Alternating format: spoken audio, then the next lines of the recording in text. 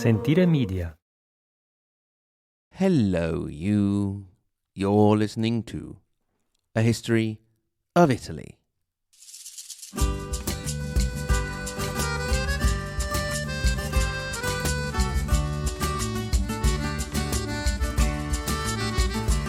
Special 5th anniversary episode.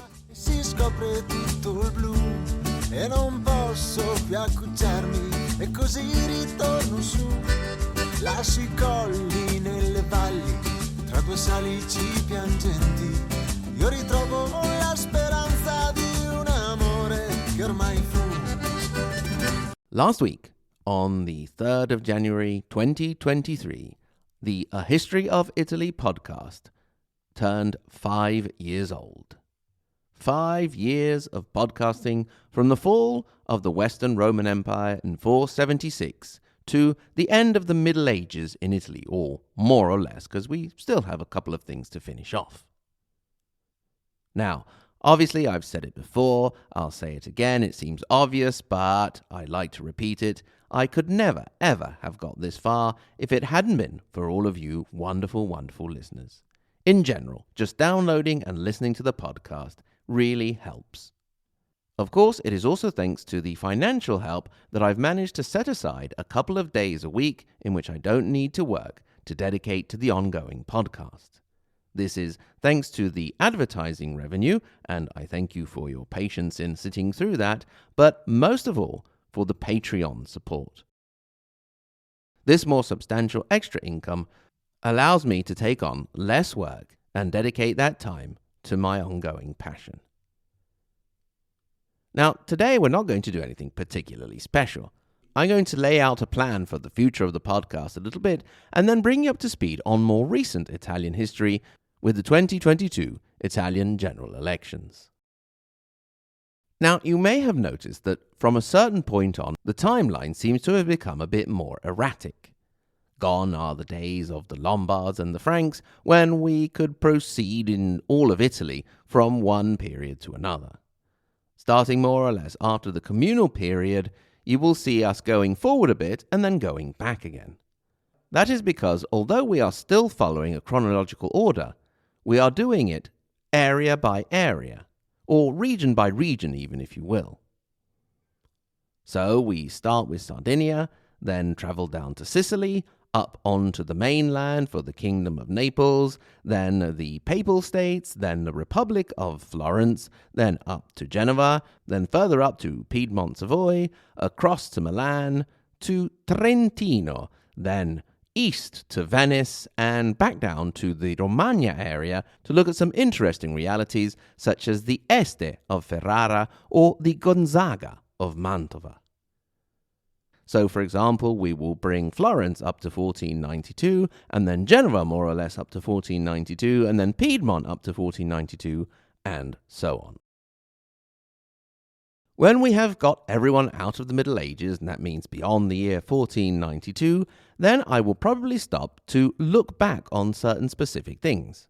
First of all, there will be one or more episodes on the daily life of the average person, the average Giovanni, if you will, towards the end of the Middle Ages. Then I would like to do a couple of episodes focusing on the great artists of the Renaissance, such as Leonardo da Vinci and perhaps Michelangelo Buonarroti, although maybe his time is not quite here yet. We'll look into that, and if you have any ideas or requests, please send them in. We'll be looking a bit later at some correspondence and requests you have already made. Now, to catch up with some more modern history. 2022 was obviously a very big and important year for the whole world. The COVID pandemic continued, and the war in Ukraine started up in February, sparking the consequent energy crisis. In Italy, we had a general election that made history and broke 2 records. First of all, Giorgia Meloni and her Fratelli d'Italia, Brothers and Sisters of Italy party, won the elections, as far as a single party can win an election in Italy. Let's say her coalition won the election. There is a more in-depth analysis in a Patreon episode if you are interested.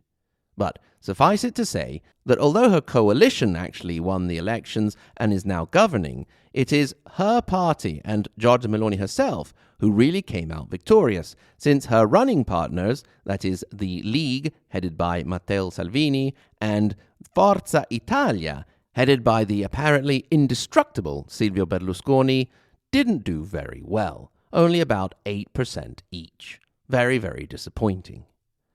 That means that now Prime Minister Meloni has to deal with the wounded egos of these two once important men.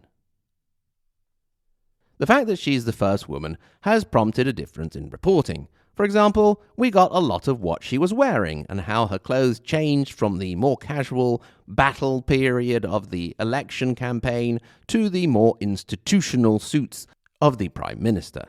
Something that we don't really care about and that we never get when we have men politicians. Although there has been reporting in the past about how Matteo Salvini, the League leader, likes to dress up in different uniforms for different occasions, prompting some people to see him as an additional member of the village people. Prime Minister Meloni, a mother of a young child, was also criticised for taking her daughter to one of her first international summits. This is rather unfair, and I personally think that if more heads of government and state were to bring their children to international meetings, conferences, and so on, perhaps I say, they would make better decisions having the right priorities in mind. But, again, that's just an opinion. Anyway, good on Giorgia for deciding on her own Bring Your Child to Work Day. The other record that the election of Giorgia Meloni's government broke was that this government is the furthest right government we've had since the times of Mussolini's fascist regime. Now, there were a lot of alarms sounding about a return of fascism, but I personally think this is a bit exaggerated.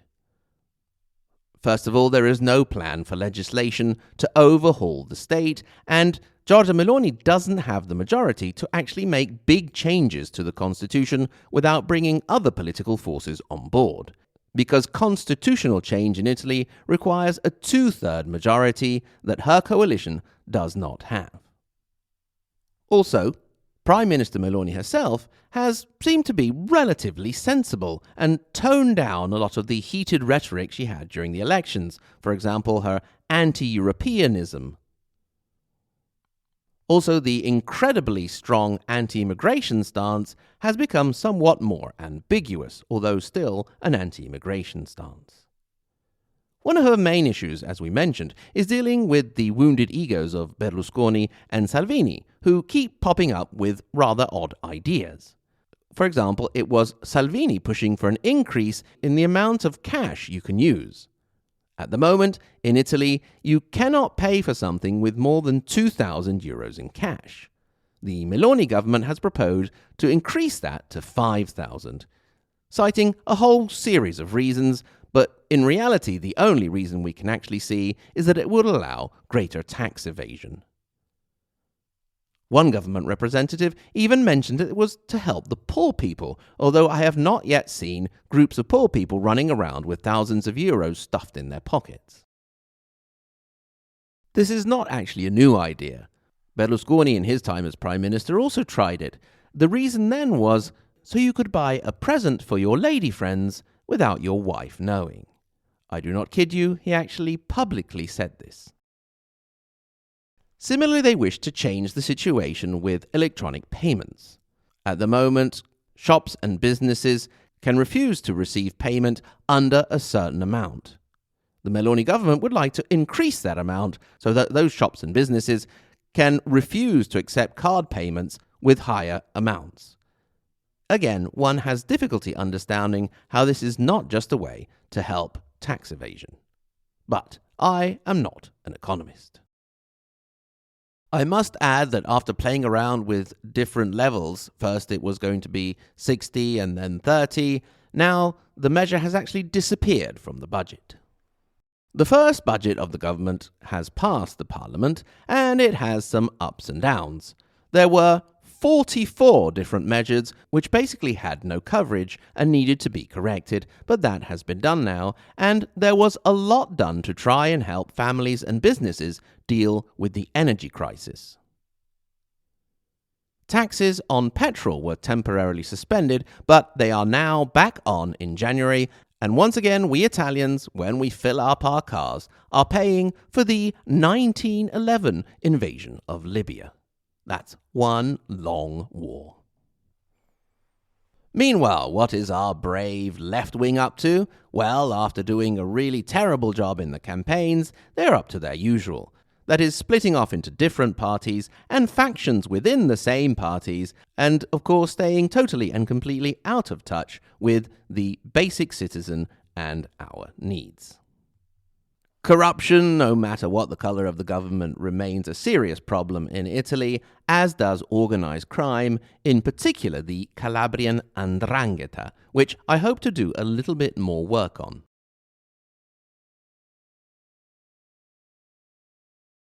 That is our situation as we enter 2023, with the eternal hope that things will improve, but with the realistic fear that they won't.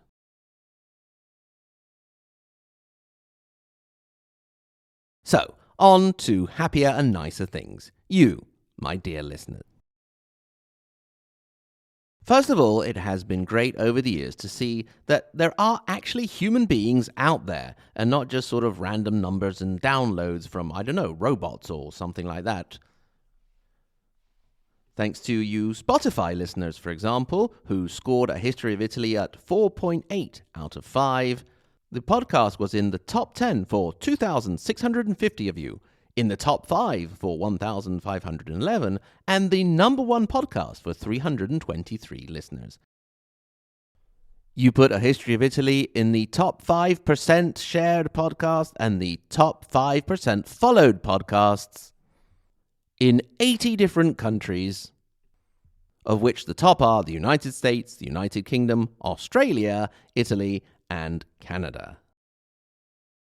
The typical A History of Italy listener has the profile of the adventurer, with our listeners venturing into the unknown, searching for fresher podcasts and gems yet to be found. So good on you. Then, of course, for all the other platforms wherever you listen, thank you very much. For example, the Apple downloads are about to reach 900,000.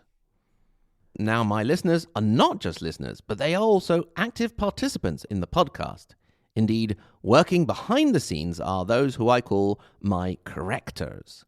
Now, I make mistakes quite often on this podcast, more than I would like to, and they have been corrected over time by careful, attentive listeners. You may not hear them anymore because obviously then I go and change them. For more recent examples, I'd like to thank Dree K, Eowyn, who taught me the pronunciation of Marquis, which I always get wrong, and Logan, who quite correctly pointed out that the dome of Brunelleschi was built on Santa Maria in Fiore and not Santa Maria Novella. Other correctors are Spencer and also Peter W. Thank you very much for that.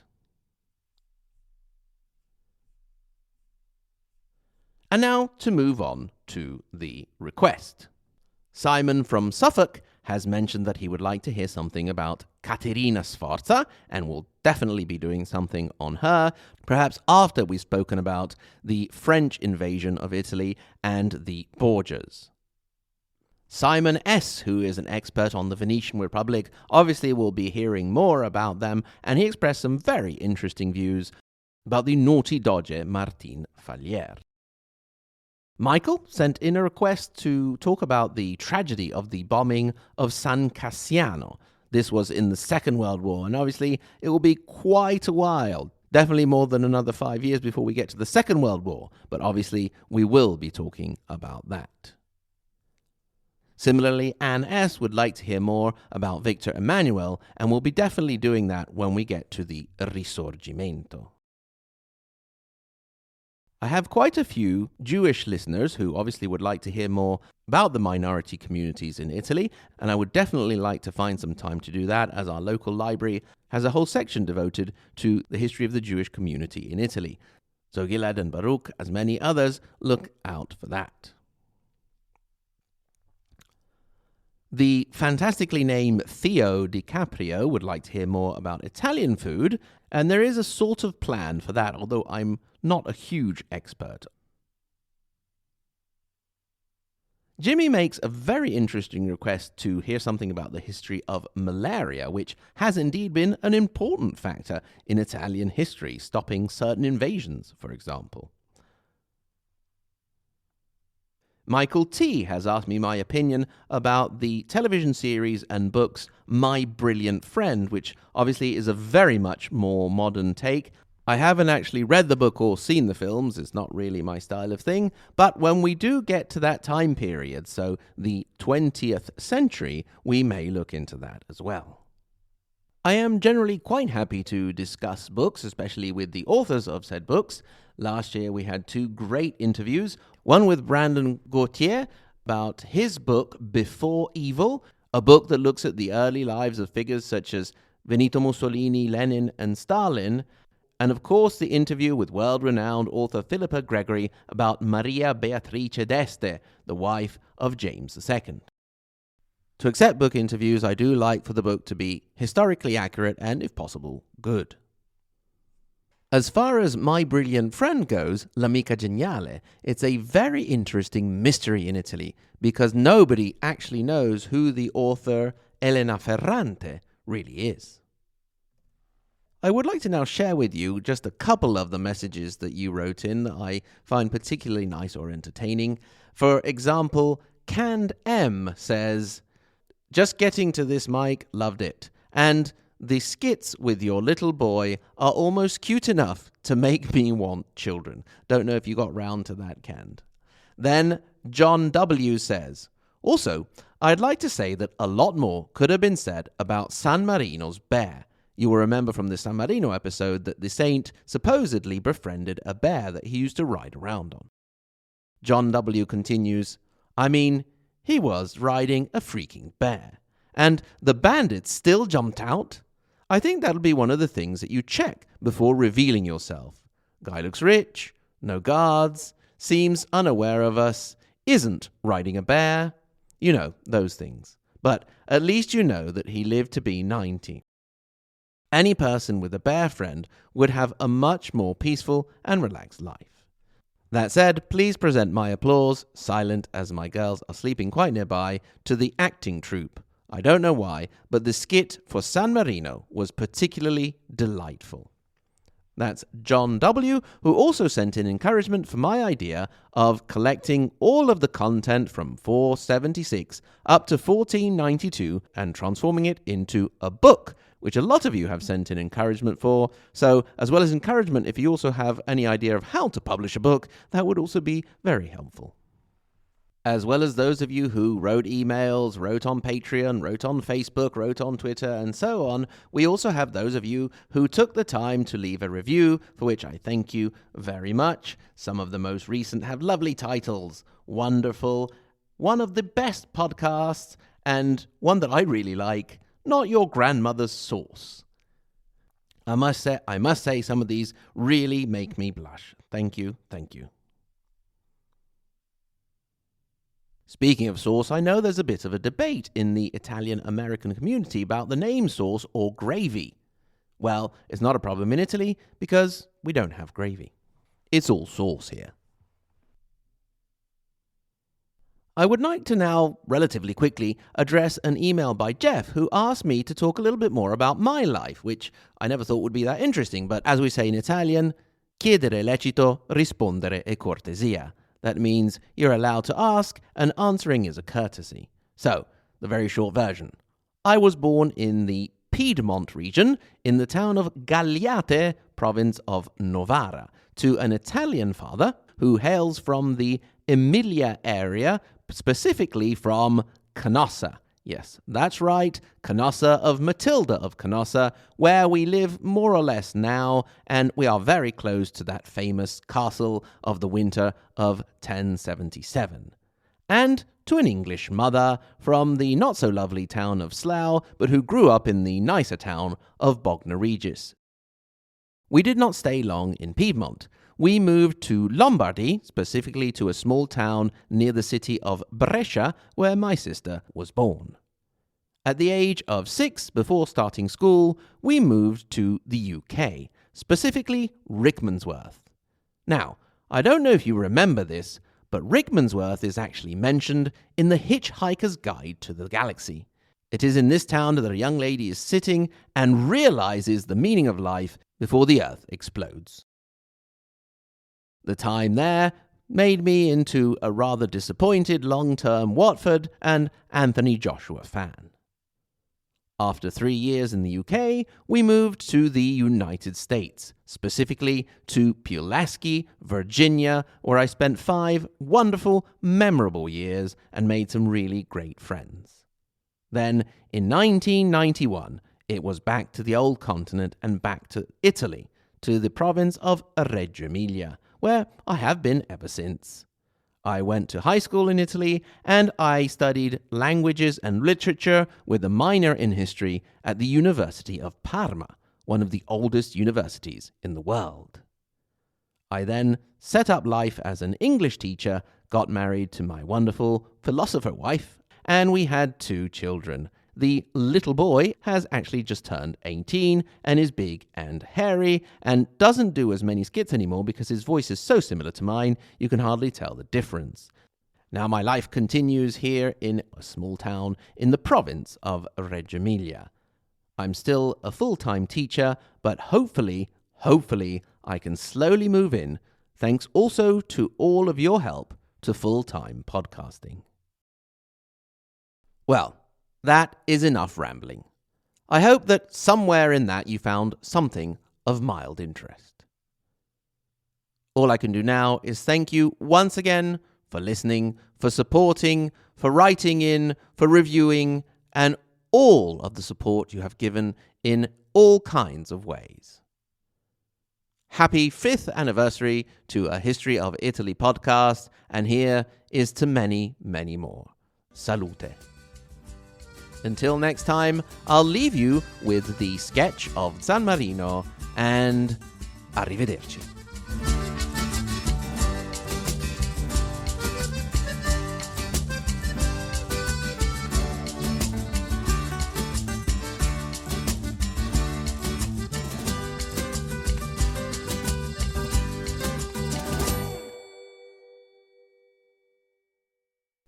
Right. We are here to decide the case of the papacy versus the Republic of San Marino. Now, if I understand correctly, the position of the papacy is that they should own